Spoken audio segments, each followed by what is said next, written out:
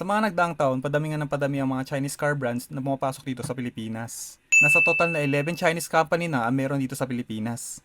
Yung iba naman, hindi nga Chinese brand pero assembled naman sa China.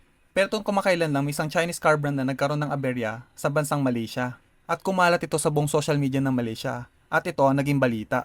Cherry Auto Malaysia will reach out to 600 potentially affected customers following a broken rear axle issue in its sports utility vehicle model.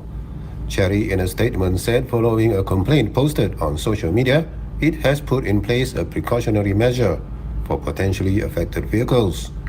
Following an in-depth analysis, Cherry determined the reported issue to be an isolated one.